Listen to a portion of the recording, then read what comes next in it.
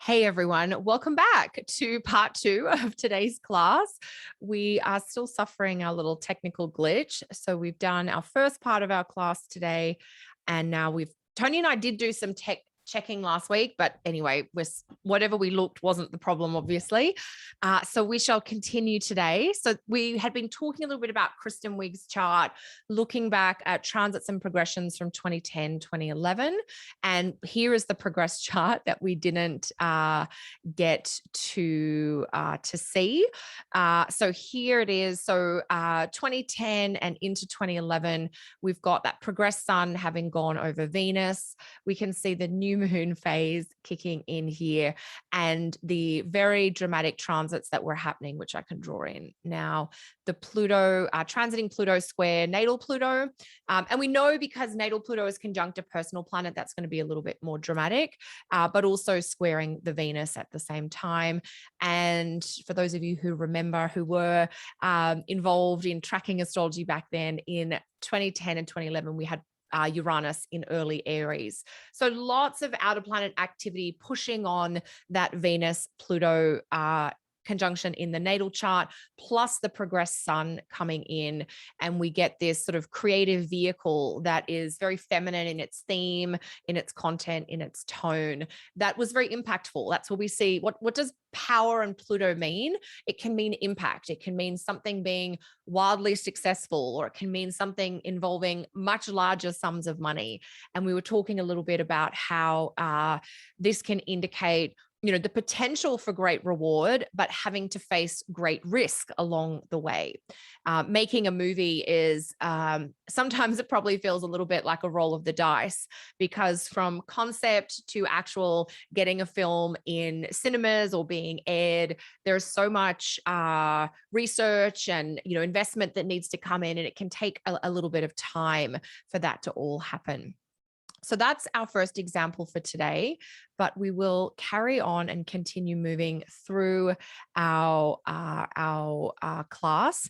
So one thing that's really important to keep in mind when you're diving into predictive astrology, you're wanting to really improve and enhance your predictive astrology, is this idea of planetary power or planetary condition, if you like.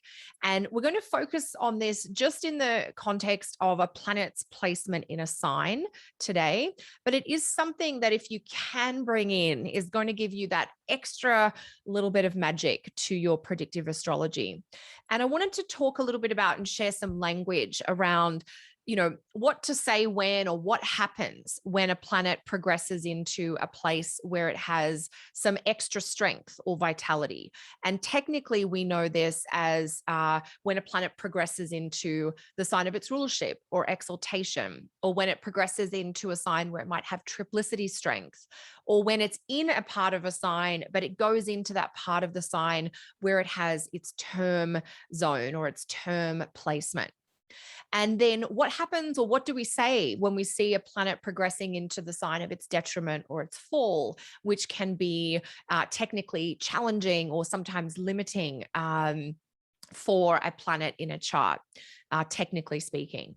So what we want to think about is, how do these technical things translate into real life terms? Like, what does this mean for my experiences or the kind of events I'm going to have?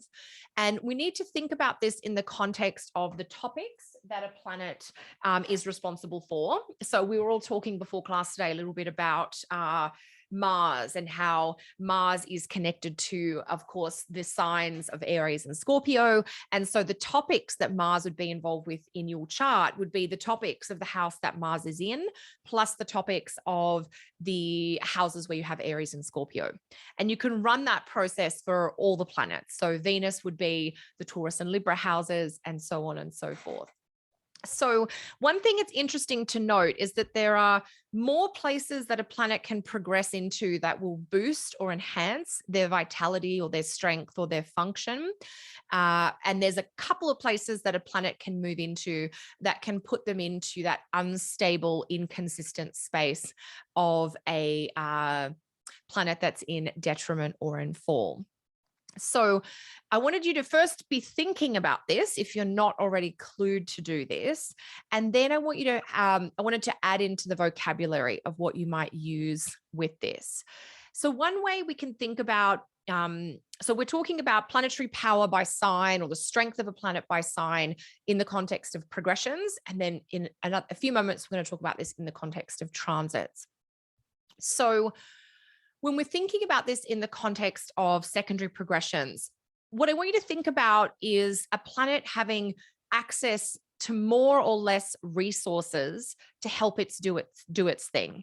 So when a planet is progressing into one of its rulership signs, its exaltation sign, maybe its triplicity space or its term space, it is getting a little bit more capable at doing whatever it is in charge of in your chart.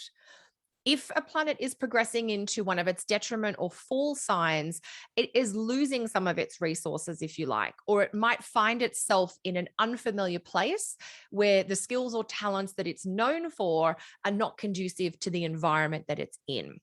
And so when a planet progresses into the sign of its detriment or fall, we can go through an unsettling adjustment period where we try to recalibrate how to put our focus in different ways or into different topics. So one other way to think about this is the idea of, are events or experiences or the topics in your life, are they getting more or less?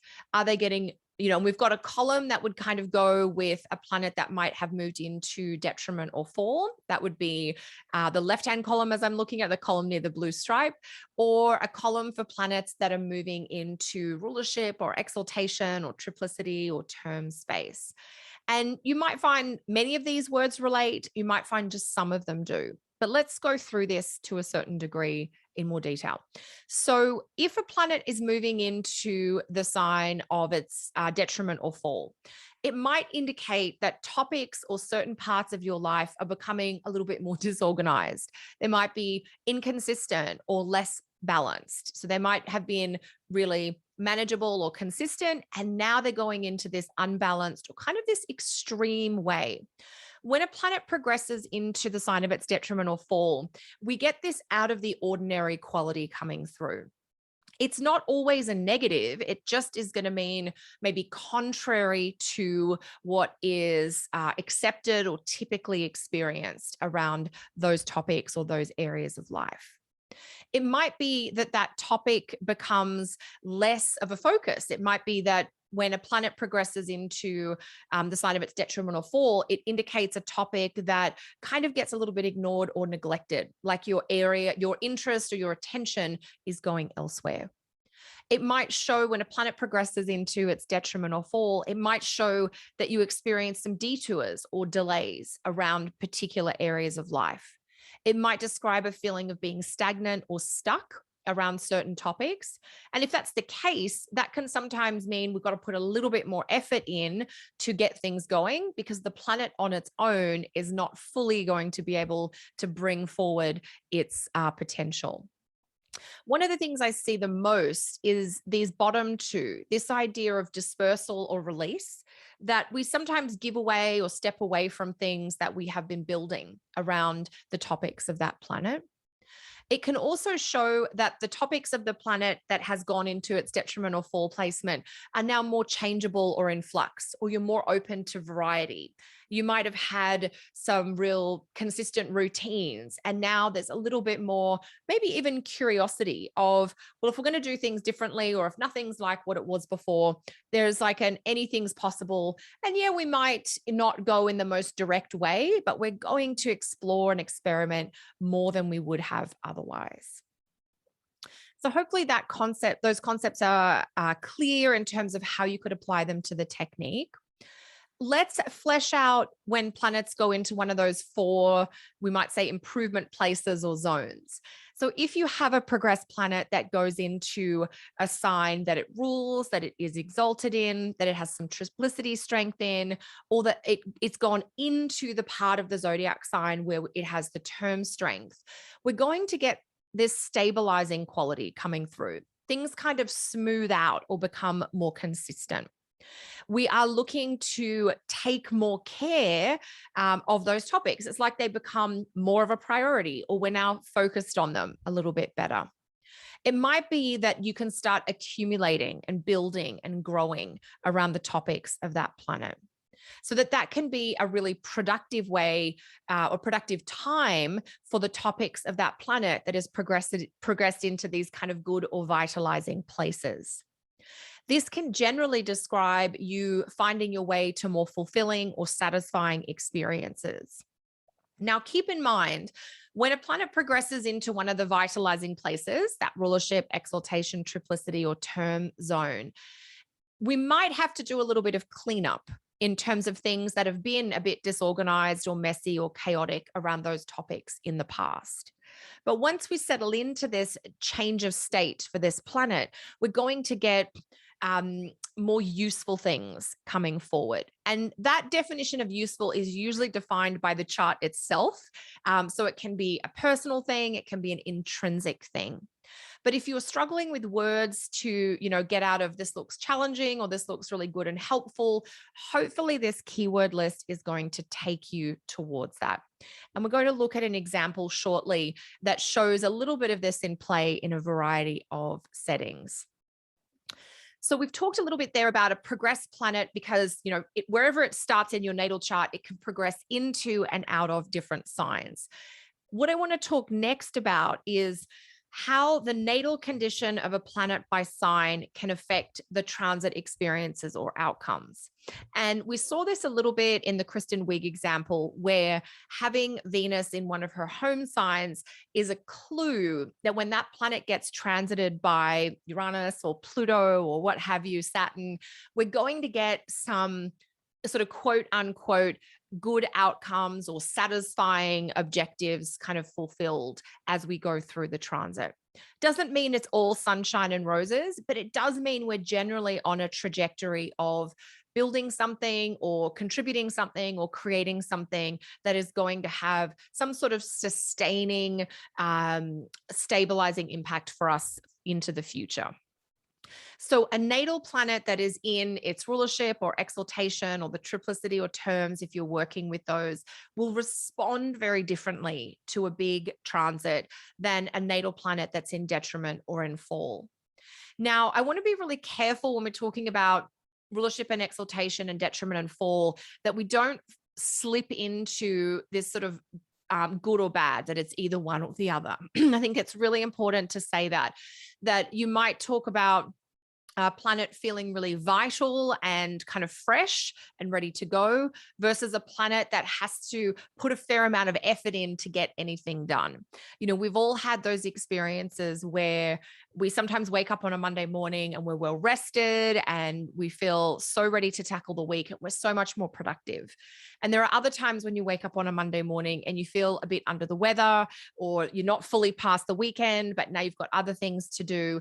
And it might take more from inside you to move through your day or your week. And so a natal planet that's in detriment or fall sometimes has to work twice as hard to get the same kind of outcomes that a planet that is not in detriment or fall. Sometimes it's used to working that hard and it just does, but we've got to be careful of like exhaustion and depletion around planets that are in detriment or fall.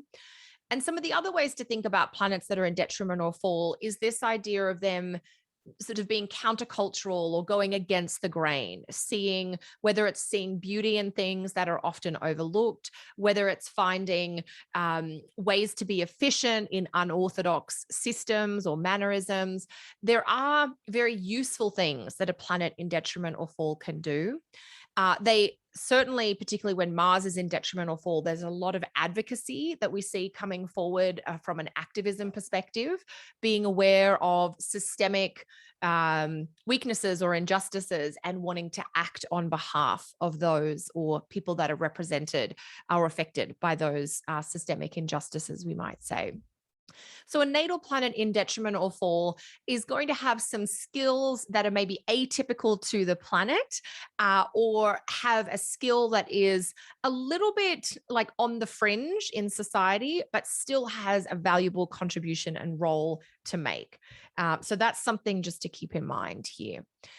When planets that are in detrimental fall in the natal chart receive a transit, we do sometimes have to be careful about either overwork or burnout, because those planets tend to put a little bit more in just to keep pace. Or you might find that you're really making choices that are countercultural, against the grain, pushing back on social norms, if you like. So what we're doing here is just going a little further with transits than what we did in the timing trends with transits course. And I want to take you through a client example here, that it's a fairly complex client example in the sense that there's just they had a lot going on at one particular, well, over a sort of a 3 or 4 year period. And I want to take you through some of the life events that they went through, as well as the astrology that was kind of running parallel with that. So I just want to check how we're going with some of the questions here. Okay, all right. I think that looks good. Great. Okay, so here we have a client chart. Now, we're talking about the time frame from 2017 to 2019. That is the window of time that we're going to have a quick look at. And what we're going to see in that time frame is a bunch of Saturn transits and a few other things going on. So I wanted to kind of use this example to highlight a few of the principles that we've been talking about today. In 2017, this individual had transiting Saturn going over their ascendant. And that was a 3-part transit where Saturn kind of went over and retrograded over and came back. So we have Saturn going over the ascendant. Now, that's something that we'll all experience a couple of times throughout our life. But how are we going to personalize that, or how are we going to see, what this felt like and what else was happening for them at that particular point in time? And we do that by grabbing some of the progressed material. So to dive into that, I want to bring a little bit more info forward here. So I can see some great questions in the Q&A, and I know Larry and Michael will answer them now, and we can come back to them a little later as we go too. So transiting Saturn over the ascendant, straight away, we know that we're in the zone of having to redefine our identity in some substantial way. We're going to have to maybe wake up, grow up, redefine how we want to be seen, what we want to be known for, the kinds of things that we want to stay committed to. And we have to be really honest about the kinds of things that we might be committed to that we have outgrown. And so this is a bit of a reckoning time in any individual's life. At the same time, for this individual that was happening, we had progressed Mars coming through to conjunct the natal Neptune. So we can see natal Mars at 7 Sag in the birth chart. And by the time we get to 2018, we've got, 2017, 2018, we have got progressed Mars has come over the ascendant and has come up to the natal Neptune. And so I worked with this client about every 6 months through this time frame, and it was really interesting to see how they tracked through this period in terms of the different things that were coming up and how they worked through them. At the time, this individual was married with 2 children and running a really successful business. And in late 2017, as the Saturn transits really came through, she started to feel very, very lost, both in her marriage and in life in general. She felt like she didn't know who she was anymore. And she and her husband decided to seek out some counseling, both together and separately. And she also made the decision to quit drinking. As she was starting to realize what was causing pressure and stress for her, she somehow connected that into not wanting to drink alcohol anymore. So this was all part and parcel of the Saturn over the ascendant transit and the progressed Mars coming up to natal Neptune. As the years roll on and we get into 2018, of course, we're seeing some other transits come through. Late 2017, of course, as Saturn finished up going over the ascendant, it did also square Venus in this individual's chart. And then in 2018, Saturn ingressed into Capricorn, where it made a conjunction with natal Jupiter. Now, the transiting Saturn conjunction to natal Jupiter is really important for a couple of reasons. One, it's a Sag rising chart that we're looking at. And so transiting Saturn to Jupiter becomes really important in terms of those ongoing Saturn first house themes of redefining identity. If you like, there's kind of two big cycles that are about redefining or restructuring our lives so that our core self or real self can come forward. And that might be when we have a big transit over our ascendant, can also be when we have a big transit to the ruling planet of our ascendant. Now, of course, Jupiter in this chart is in its fall placement in Capricorn, just inside the second house. And this individual's backstory is that they grew up in a fairly impoverished state. So financial security was not something they'd grown up with. And it's been a huge part of their journey as an adult, is to try and figure out how to care for and manage money in a responsible way. So it's not been without its complexities or challenges for them.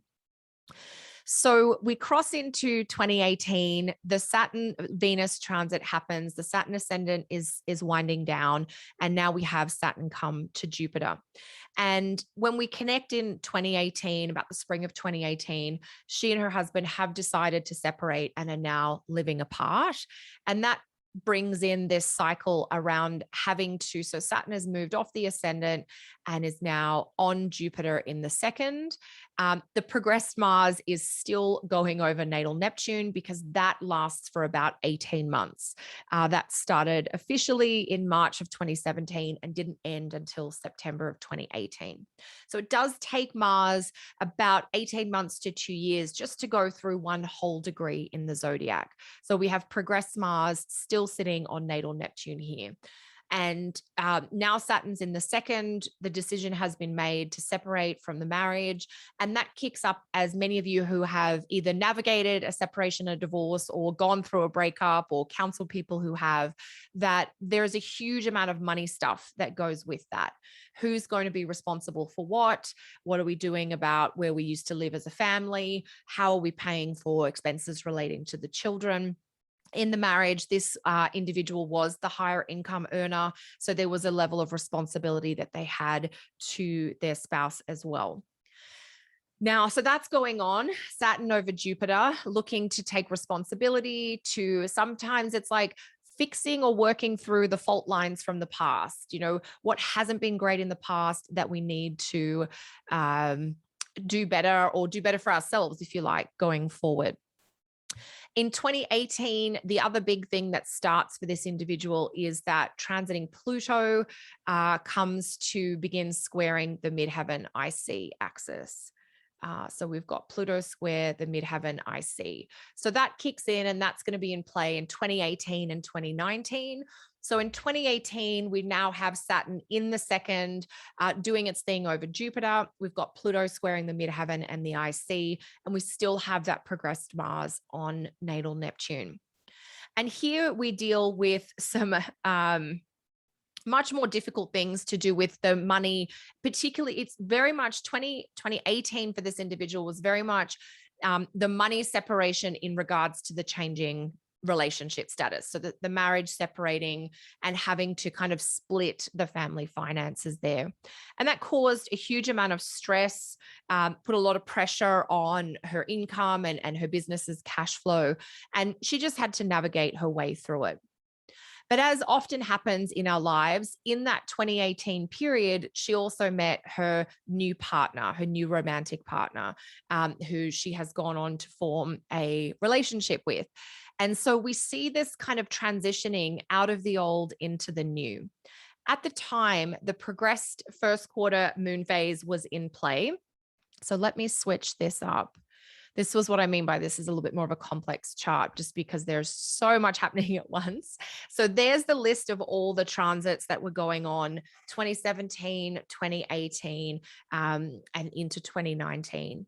The progressed first quarter moon phase began in September 2016. So that was kicking in before all these transits came through, so that we know that as these transits come through, that progressed first quarter moon phase is really pushing for progress. This is the kind of thing where we're going to deal with the stuff that comes out of Saturn over the ascendant, and Pluto square the midheaven, and Saturn square Venus. But we're going to find our way forward because there is an urgency inside us, or an impetus, that sense of, I want to grow, I want to keep going, I want more. Hang on one second. Okay, so the progressions at the time, we had the progressed sun. I'm going to draw them in here for you. Progressed sun was at 10 Libra. And as we head into 2018, the progressed moon is here in late Capricorn. So the first quarter moon phase happened in 2016, and the moon is continuing to move forward, heading into Aquarius. In 2020, because there's always so much more, isn't there? What happened? So that's the big personal change. 2017, 2018, we have the existing marriage fall apart, the new relationship come forward, and the big money shifts that go with that. And the transits were Saturn ascendant, and then Saturn Jupiter, with progressed Mars on natal Neptune, with the underlying progressed first quarter moon phase. Because, I'm very lucky to be able to continue working with this client over time, we were able to continue moving forward together. And when that transit of Saturn finished through the second house, the shift in terms of stabilizing finances was palpable. Obviously, that only finished early, very end of 2020. So that whole time, the first part was harder because we had Saturn directly on Jupiter in 2018, and we still had that progressed Mars on natal Neptune energy. But as we got into the second part, where Saturn's kind of moving through this sort of empty zone in the second, that's when there was a lot more clearing and organizing going on. In 2020, progressed Venus in the chart came to conjunct natal Saturn. And Venus in this chart rules the midheaven, the Libra midheaven. So Venus represents career. So with progressed Venus in Scorpio conjunct natal Saturn, here's a question for you. Just thinking about the condition of Venus in Scorpio, and then having to hit Saturn. Do you think this would have been a really golden time professionally for this individual, or do you think it was a really difficult time professionally for this individual? We'll do a quick scan in the, you can just say good or difficult. Yeah, great. Good work, team. Definitely much more difficult. Obviously, COVID was a huge factor in early 2020. But even prior to that, I was going back over my session notes. This individual gave a speech in early 2020 that really pissed off a bunch of people in their industry. So they were already dealing with some backlash because they were calling things out. And then COVID did hit, and a large part of their industry was event-based, so gathering large groups of people together. And what she basically said was that, in that 2020 period, her business just basically fell apart, and she had to completely retool everything, selling off certain things, consolidating, laying off staff. And it was really, really quite stressful and challenging for them.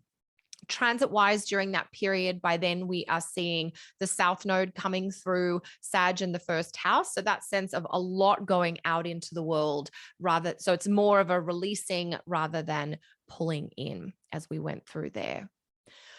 I wanted to share this slightly more full and busy example with you all today to show you what it's really like when you sit and work with a client over a period of time. When we worked together in 2017 and 2018, we weren't thinking about, and I wasn't talking with her about, what was going to happen astrologically in 2020. We were focused on navigating the cycles in 2017 and 2018, making sure she had an understanding of the threads and the timelines and the topics, particularly working with that progressed Mars conjunct natal Neptune, which really can drain a person's energy and make you feel a little bit tired or lethargic or overwhelmed. We did talk about feelings of loss and letting go, particularly in regards to the IC. You can't see it because of the way the chart, I've done the layout today, but the IC, of course, would be at 20 Aries in the 5th house. And so progressed Mars on natal Neptune can talk about some of that letting go, even some of the disappointments to do with Mars topics, so to do with family and in particular to do with children. Now, that could be a natural part of, separating from your partner and not seeing your children all the time. So there's a piece of that there, but it talks about the intensity of the emotional transition going from being a parent who's home with your kids every night and every weekend to seeing them, on alternating weeks and things like that. So just keeping in mind how the charts are going to continue moving through time and weaving into, well, this is where we're at now and how can we navigate this? Yes, it might not be ideal and fun, but this is the nature of the change that is coming forward. And particularly for this individual, the stopping drinking was such a big thing for them when the Saturn went over the ascendant. And when the progressed Mars went on to natal Neptune, it was almost like they just became so much more sensitive and aware of their sensitivity that they didn't want to dull that or interfere with that in any way, with things like alcohol, with the wine after work kind of thing. So fairly juicy example there, but hopefully helping you see just the beauty and the joy and the magic and the mystery of combining transits and progressions together is really about how do we allow space for this transit to tell its story and this progression to tell its story. Sometimes when people have transiting Saturn over the ascendant, they're kind of ready and raring to take on a lot of responsibilities. But if you're having transiting Saturn over your ascendant while your progressed Mars is on natal Neptune, there's going to be more of a sense of a letting go or stepping away or more space coming in there. That it won't always be about adding in, but you get more of that Saturn version of the paring back or the making space or the having to be honest because it's costing you too much to keep up that false appearance or that false mask as we go. Okay, so if any of you need a refresher on rulership signs, exaltation signs, triplicity signs, terms, I've included those diagrams here. I know we have taught off them before in the past, so I didn't want to go back over that in great detail today, but I wanted to just make sure you had the reference if you needed a quick refresher. So I'm just going to go through these next slides quite quickly so they're there. And then we'll get to a few guidelines and a couple more examples. Some of the work that you'll be seeing coming through with the techniques that I'm showing you is intended to guide you towards some starting places. It's not always simple. It's not always possible to say, these are the only things we have to look at. Just look there and you can get all your predictive work from them.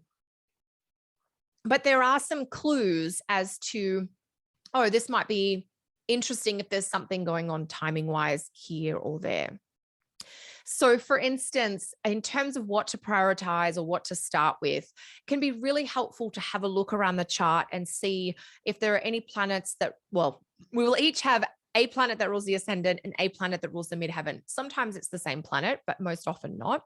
And see if those planets are receiving, those planets in the natal chart are receiving any transits, or if the progressed version of those planets are changing signs or making aspects back to the natal chart.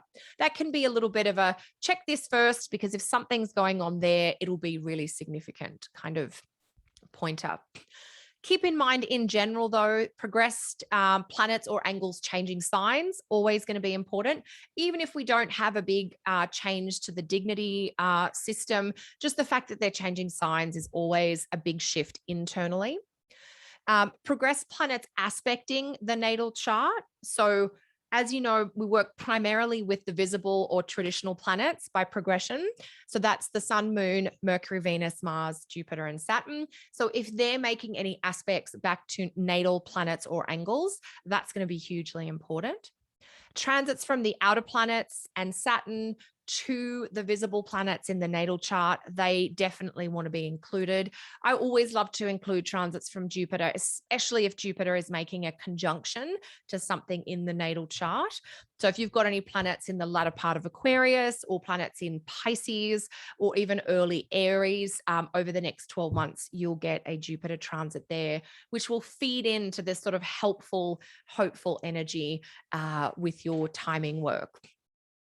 And even though there are some guidelines there about what to start with and what to prioritize, it's really about seeing what is happening astrologically and moving forward with your interpretation from there. Sometimes there's a lot happening in a chart all at once. In the most recent client example we looked at, it was sort of this is happening and then this is going to come immediately after, and then that follows on. It's just not always the case. Sometimes there's just one or two things happening, but we know just to pay attention to what is going on. And if there's a lot more of those significant predictive events, progressions, or transits, we know that's going to add to the level of significance, the weightiness of the change, and maybe the internal pressure that the individual might be feeling as well. So when you're doing your timing work, you are going to be thinking primarily about these 7 planets and whether they are receiving a transit or making a change by progression, an aspect or a sign change. And if you can center these planets with your timing work, that's going to be very, very helpful. So you can look at these planets receiving a transit from Uranus or Neptune or Pluto, or these planets in their progressed iterations making an aspect or changing signs. So let's look, I just want to see how we're going. We've got another example here, but I might push forward because I've got so many wonderful examples. So we'll hold this one and we'll come back to it if we need. A point that I wanted to make today before we get into our final few examples is that, and there's some quotes here from some writers that I love about stories and about how stories help connect us. It's why we retell the myths of the different planets. It's also about how a story has a shape. It has a beginning and a middle point and an end point. And I wanted to mention this here because it's important. I'm going to read these quotes out in a moment. But when we are talking with our clients about the stories the planets are playing out, we have to keep in mind, are we talking with a client who's at the beginning of a particular type of story? Are we talking with a client who might be in the middle of a story, or a client who might be towards the end of a story? And I don't just mean beginning, middle, and end of their life, because over the course of our lifetime, there is a real variety of different storylines and plots that come forward and fade away. And they are really what we're getting from the transits and progressions as we go forward. And so this particular quote down the bottom from another lovely book called Wintering by Catherine May. This is the shape of a good story. She's trying to explain to her son, they're watching the Harry Potter films, and she's trying to explain to him, how a story has a shape, and that sometimes, where you think you are isn't exactly where you are. So she says, this is the shape of a good story. This is the beginning and this is the end. And in the middle, C, is always the lowest point. It's called the nadir, the moment when things have got so bad that you can't imagine a way out. And she goes on to say, her child sort of says, so that's where we are, at the bottom, where things are really tough. And he says, and points to that sort of bottom place, as sort of a visual thing. And she says, yes. And then she goes just a little further in, just a little past that nadir lowest point. And that's when we start to fight back. Well, that's when we start to push back and really put our energy back into it. And the child sort of says, so after that, it all gets better. And she says, not quite. There are always ups and downs. But from then on, the hero of the story is working towards a solution. Even with each setback, he's gaining ground. And so as you are navigating the stories of these planetary threads, it's important to keep in mind, is this the start of a particular transit or progression process? Is this the middle place where things can seem a little bit despairing because it's been going on for a while and we might not see the light at the end of the tunnel yet? Or are we towards the end? Is this the final hit in a 3rd hit transit process or a 5-hit transit process? Or is this the progress new moon kicking in after the darkness and the introspection of the progress balsamic moon? Sometimes, and the reason I wanted to talk about stories a little bit here, the other quote is from a book called Almost Everything, Notes on Hope by Anne Lamott, which says, stories teach us what is important about life, why we are here and how it is best to behave. And that inside us, we have access to treasure in memories and observations and in imagination. And the reason it's important to stay in touch with our storytelling powers is that stories are how humans connect. It's also how we make sense of our lives. And that when you connect with an individual and talk with them about the stories in their birth chart for a period of time, you have a very magical opportunity to help them see the story from a different perspective, or even help them rewrite the story from a different context or a different point of view. And so we can tell a story about a Saturn transit that says, this is going to be hard and you will have a lot to do and people will place a lot of restrictions or responsibility on you. Or we can retell that story about coming to a crossroads on one's journey with maturity and choosing who or what it is we want to commit to, and therefore recognizing who or what it is we're ready to step away from. So the way we even talk about a transit or a progression can tell, it feeds into the client's ability to make sense of and also make the most of what they're navigating at that point in time. So we'll keep that in mind, and we're going to look at a series of transits that describe some events in a person's life. And we're going to do this. This is a well-known person. Some of you will know this person and some of you may not know who this person is. But we're going to look at some things that were going on in their chart astrologically, and then we're going to learn what was going on in their life. And we're going to just think about those two pieces together. First of all, does anybody know who this chart is just from looking at it? Okay, cool. All right, so that's good. There's a few guesses, but so far they're not right. So that's fine. And if you think you do, just hang on to it because it'll be lovely for everybody to just work with the astrology.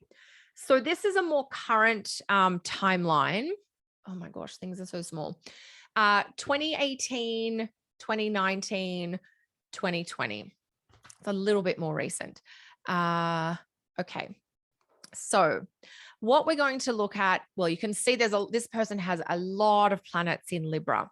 And so of course that's going to draw us to the Pluto and the Saturn transit through Capricorn.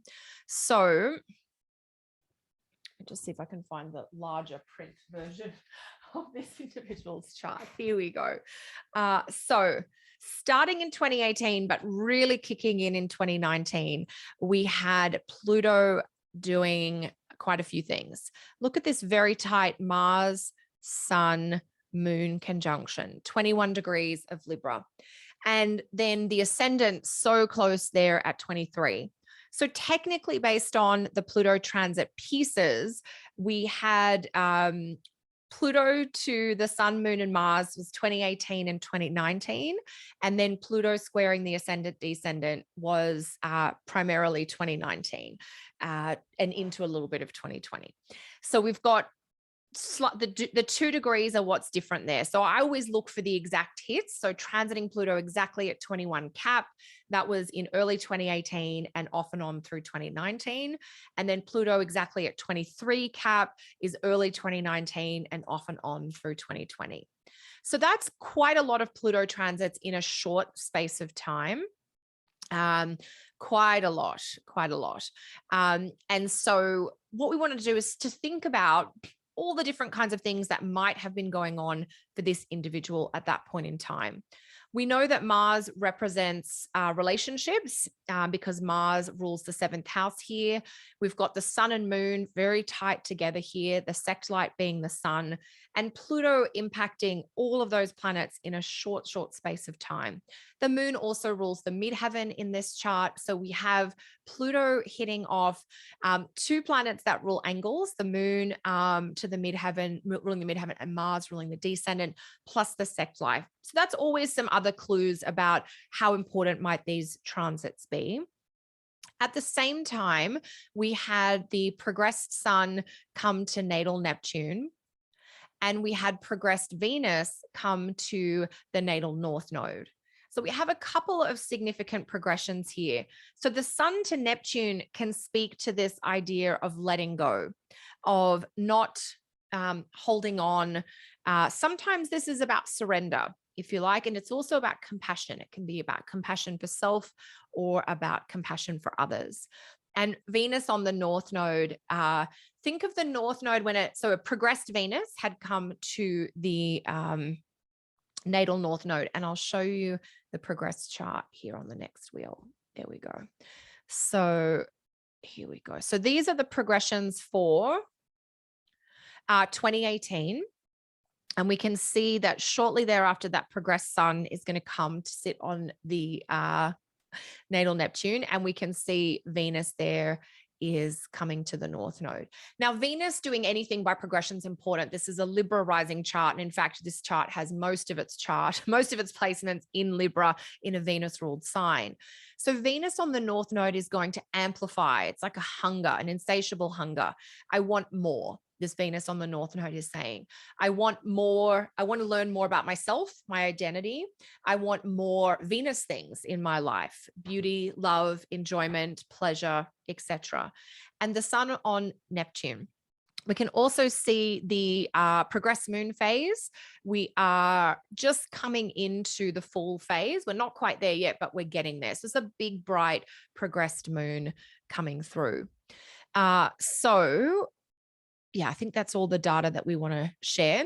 So this is the time frame in which this individual was actively pursued by the person who they have now gone on to marry. And they said, I never thought that I would be being pursued by somebody. So there's this new experience, if you like, in relationships.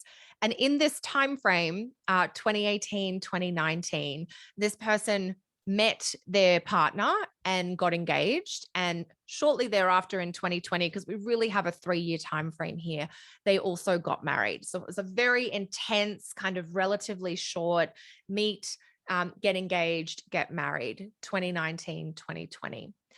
And I wanted to show this perhaps as a slightly more uplifting example of what major transits and progressions can bring forward in our life. This is an individual who is in their late 40s now and hadn't been married before, as far as my research could tell me. So this was sort of this wonderful opening, if you like. And sometimes with progressions to Neptune, with Mars to Neptune, it's a little bit more difficult because the combination of Mars and Neptune is a little bit more acrimonious. But Sun to Neptune can be a little bit more about that softening, that opening up, that letting go, or even letting in, if you like. And so I've put a little handy timeline together. So if there's any questions on this example, let me know. The individual is writer, feminist, activist Roxane Gay, who was pursued by Debbie Millman, who is a designer and had her own podcast. And it was so beautiful to see the research. Debbie structured her whole podcast, stacking the deck with guests that she thought Roxane would be interested in to try and get Roxane to come on her podcast, which she finally did in June of 2019. And they were engaged just a few months later and got married the following year. And by all intents and purposes, just again, oh yes, Justin saying that he heard their interview on Brené Brown. Yeah, the interview about this pursuing. And I thought it was so interesting because we often hear, and often in client settings, you'll hear more difficult stories about Pluto transits and love and relationships. But this was a real sense of, the obsession of the partner, and that just not, never that obsession of that, like Debbie just did not give up and was very strategic, and it's turned out very well for both of them. So yeah, and Alina's saying very third house too, to meet through a podcast for sure. So yeah, that's an example. And also, to see a little bit of Neptune in there, where the letting go, because when we think about falling in love, you don't stay in control when you fall in love. You are completely at the mercy of your hormones and your attraction and your feelings. And so, it's not uncommon to see wild transits when we're going through those wild experiences of falling in love and, head over heels for someone. So let me just pop the progressions back up here. Obviously, Roxanne's chart, we could do a lot of work with her literary career and her writing and things like that. But I thought this was a really lovely event. And just the beauty of progressed Venus, the ascendant ruling, coming to the North Node, and just this sort of extreme moreness of not just getting married to someone you've been together a long time, but the new relationship, the engagement, the marriage, all happening over about an 18-month time frame. So Neptune is about letting go. It's about not holding on. And in the positive sense, that can be about opening up, removing barriers, if you like. Neptune can be about, don't be so guarded. Saturn is often, we're very guarded, but Neptune is like, I'm open, I'm willing to try. And of course, this is a little bit of outside projection, because while both Debbie and Roxanne have done interviews about their relationship, of course, there would be elements about their partnership and their lives together that we don't have, we're not privy to from the outside looking in. But so interesting to see that. And even to see, that slightly difficult Mars there, this is one of those Mars placements that's right on the edge of which definition of Cazimi do we use? And it is still a Mars in detriment, but Cazimi, not Cazimi, and wishing them all every happiness and assuming they go and have a long life together. It may just be that the detriment placement indicated the delay, because being in your late 40s is a little bit older to settle down with your person, although still plenty of years ahead to have a long and thriving marriage together. But getting there with that beautiful connection. So that's one example there that I wanted to share with you. And then on the next slide, so I know it's a lot of data to keep track of. Okay, here we go. So I wanted to run through. So there's a list of the transits and the progressions on the left-hand side. So you can kind of see the different timelines that are going on here. A lot of crossover astrologically here's when the Pluto square transits kind of kick in, and we had the Saturn transits, because of course Saturn went through and made those transits as well. And then we get all the different progressions coming through. And I've just put the timeline. So it was June of 2019 was when Debbie had Roxanne on her podcast. Engagement in October of 2019. They didn't announce that they got married until August of 2020, but it turns out that they did elope, and that was in June of 2020. So really within 12 months of when they met, we have all those pieces coming together. Excellent. All right, team. Fun. Okay, let's do, I know we have a couple more examples here. Okay, we're going to have a look at a totally different example now. We have a quick look at Michael Jordan, and then I think we'll be able to squeeze in the anxious child example. So very different example here, but I had always been curious about the fact that Michael Jordan was obviously very successful at basketball, but not necessarily at other parts of his life. But that he retired from basketball and then went away for a few years and then came back and was still able to get to the very top of the basketball tree on his return. And so in 1993 and 1994, we had transiting Saturn going through Aquarius, going over the sun in his chart.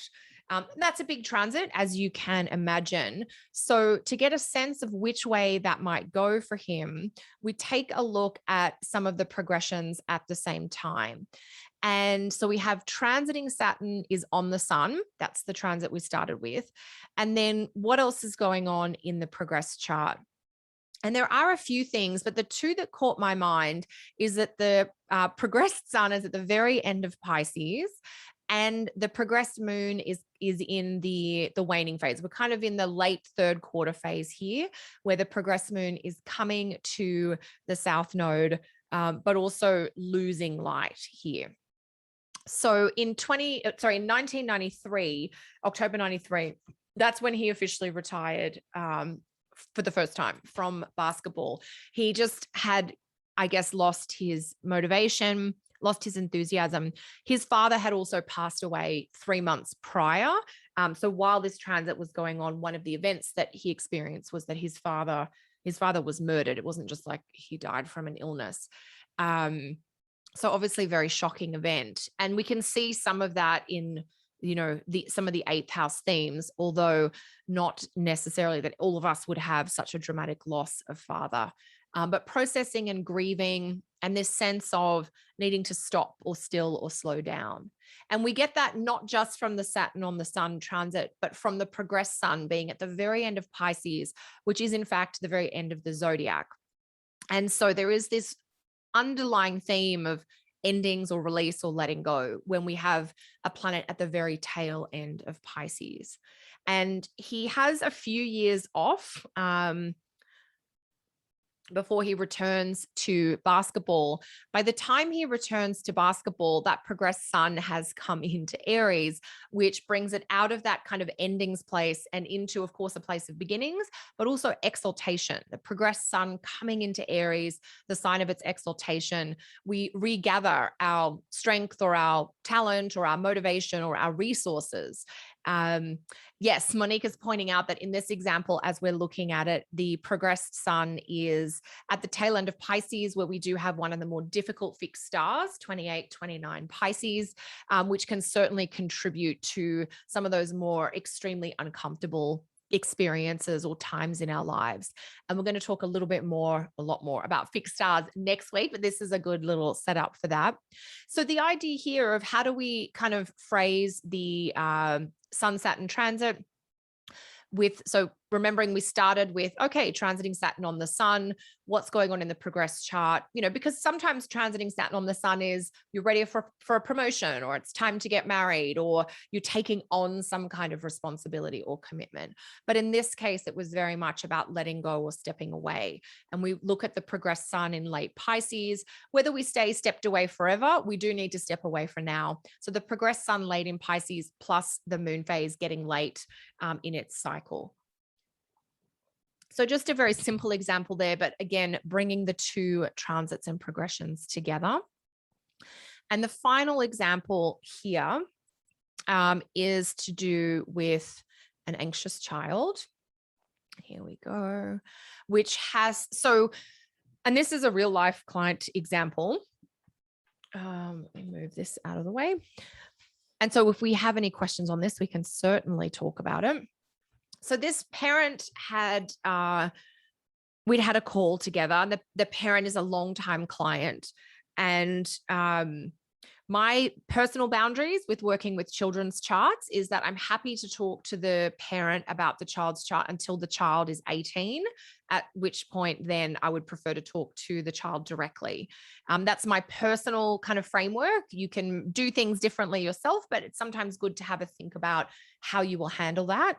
I didn't have that barrier or boundary in place in the beginning in my career, and instead I found I ended up talking to parents of adult children, and it was very messy, and messages would get lost in translation. So, but you may decide you don't want to work with children's charts at all in the beginning, or in a very limited way, and that's totally okay. So the primary question that the parent had was, the child is really struggling a lot with anxiety. And is it going to be this difficult always? Or is this something that is kind of more maybe situational, triggered by circumstance? And this was really flaring up while the country that this family is in was in, one of the long COVID lockdowny things, which are still, I guess, ongoing in different parts of the world. So when I looked at the natal chart, I did talk about with the mother how there are some indications for the overthinking, overanalyzing, being quite hard on themselves tendency, which is what we talk about, lots of Virgo placements, we might say, in astrology, or some Virgo placements where there are some extra quirks, having Venus in Virgo, where it is in the sign of its fall, having the moon with the south node there. I think those two things were the ones that really caught my eye about, this looks like it's, what I said to the parent was, I imagine when all other things are equal and calm and kind of quote unquote normal, there is some anxiety, but it's very manageable. But then when we add in extra changes externally, or we add in astrological pressure, like particular transits or progressions, that anxiety is going to get into the unmanageable, more extreme realm where we might need to look at supports coming in. And the current stuff for this particular individual is the Neptune transits, which are opposing that Venus and that moon. So already, and that moon is, it's a very dark balsamic moon in the natal chart, and it's on the south node, which can have a depleting quality or a draining quality. And now it's being impacted by Neptune. So that sense of needing to take in maybe more care or nourishment than one can reasonably provide for themselves. So that can mean therapy, or having to get, mum or dad to help out with extra things, or it might even indicate medication. It's not up to us to make those recommendations. We're not medical practitioners, but we can talk about how, needing more supports for the timeline of this transit is really appropriate. Progressions wise, we have the moon in Aries and the sun down here in Libra. So we have just before the full moon, they're in the gibbous phase. And so that's an indication that there are resources and supports available, that this is a child within a family who has means, but also who has parents that are interested in and on top of the fact that the child might be grappling with some things, with struggling. The other big progressed aspect is that progressed Venus has come to the natal Mars. And one of the things that the child is starting to express is some anger about their early years and the type of nomadic family life that they were raised in. And so it's interesting that, Venus to Mars, it's sort of activating the Mars, bringing the Mars forward. We know that Mars in Libra doesn't do assertiveness or anger instinctively or directly, that it might take a lot for that to come forward. But we could certainly imagine with the progressed moon in Aries as well, that there is a little bit more of a need to express out what's going on here. Even though the progressed moon is coming close to opposing the progressed sun, so we're getting close to that full moon phase, which is an indication that we will have the resources needed to guide or ride through, we do have the progressed moon in the sign of Aries, ruled by Mars, and in the 8th house. So we're going to see some sort of amplifying of agitation in the psyche or the psychology of the individual. So that progressed moon in Aries here is kind of, it's helping because it's in the full moon phase, but it's also perhaps defining some of the internal agitation because of the sign and the house, the specific sign house combination that it is in. So another fairly layered example of, real life things that we are working with our clients. If you've got any questions about this example, definitely let us know. I know we're a little over our scheduled finish time. I wanted to make sure we flesh things out with our little delay. So let me move towards wrapping up today. We'll skip these other examples because we have done plenty of examples today. So to summarize, when you're looking to really maximize your predictive power, you're going to be combining techniques, the transit and progress material kind of woven in together. In the best case scenario, you'll see a repetition of theme.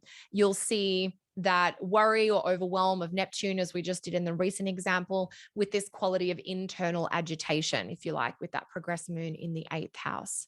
The blending of the dynamics of events together isn't necessarily about mashing them all together, but just acknowledging how each will have their own tone that feeds into or influences the other. You might think about how a transit that is going on might be adding to a progression that's happening, or how does a transit indicate something contrasting or different from a progression that is currently happening.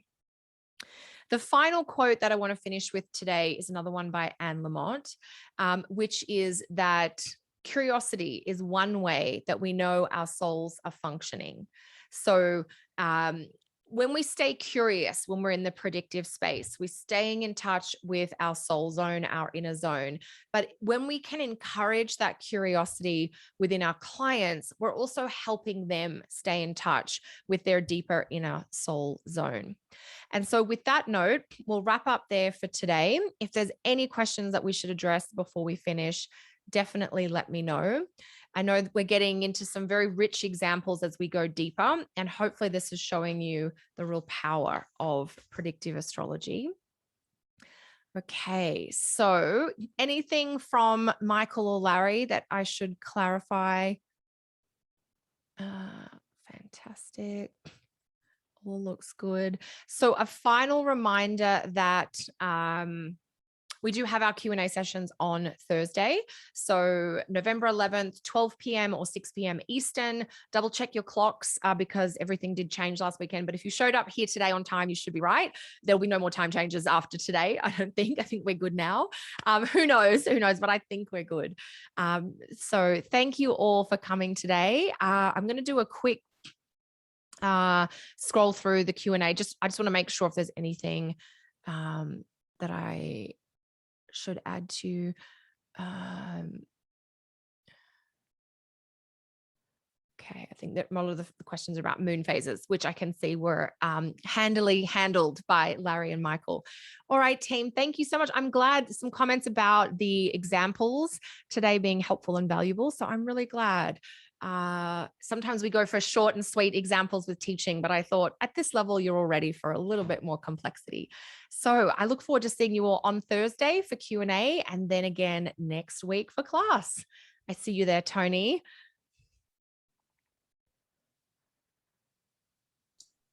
Yeah, I was just going to stop the recording for you. So perfect. Yeah. Thanks, everybody. Perfect.